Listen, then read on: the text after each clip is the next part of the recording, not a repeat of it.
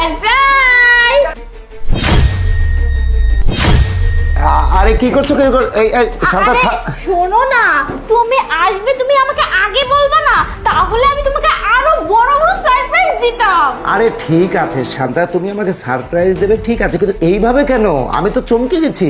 আরে বাবা, তুমি এতদিন পরে আসছো, আমি জানো কত খুশি হয়েছি।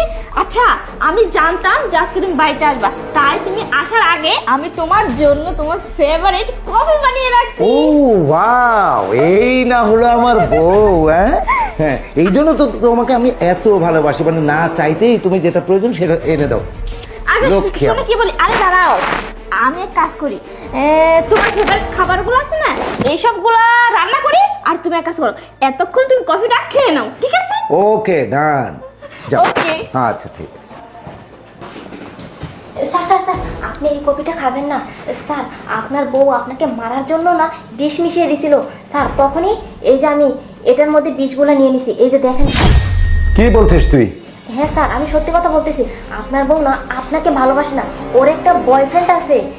আমি সত্যি কথা বলতেছি স্যার, আপনি একটা কাজ করুন, আপনি না এখানে মরার ভান করে শুয়ে থাকুন, তারপরে আসল ঘটনাটা আপনি নিজের চোখে দেখতে পারবেন স্যার। আপনি শুধু ঠিকমতো অভিনয়টা করে যান। শোন, এটা যদি ফেক হয় না তাহলে কিন্তু তোর অবস্থা খুব খারাপ আছে, বুঝতে পারলি? ঠিক আছে স্যার, আপনি যা করবেন সেটাই আমি পরে মাথা মাইতে নিব, কোনো সমস্যা নাই, কিন্তু স্যার আপনি এখন অভিনয়টা ঠিক মতো চালাই যান। আচ্ছা তাহলে এক কাজ কর, এটা এটা ফেলে দে আর আমি অ্যাক্টিংটা করি। হ্যাঁ আচ্ছা, আর আসলে বলবি যে আমি খেয়ে ফেলেছি। হ্যাঁ আচ্ছা আমি লুকাই দিই। আচ্ছা ঠিক আছে। বেবি শোনো না। আরে বুলবুল, শুনতে পাচ্ছ তুমি? আরে কি হয়েছে তোমার? আরে ও তো দেখতে পাচ্ছি কফিটা পুরোই খেয়ে নিয়েছে। হ্যাঁ, তুমি কি ভাবছিলা আমি তোমার মতো পুরুষ সাথে সংসার করতেছি এমনি এমনি? না না বেবি, তা তো কখনো চিন্তা ভাবনা করাই যাবে না।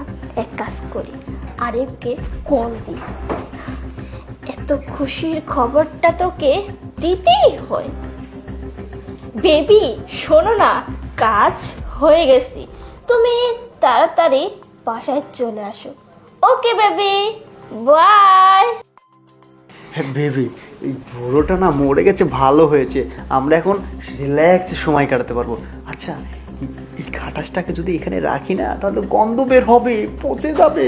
এক কাজ করি, আমরা এই বুড়ো ভামটাকে না একদম চলো নদীতে ফেলে দিয়ে আসি। হ্যাঁ ঠিক কথা বলছো, আর তাছাড়া এই টাইমে না আশেপাশে কোনো মানুষজন থাকে না,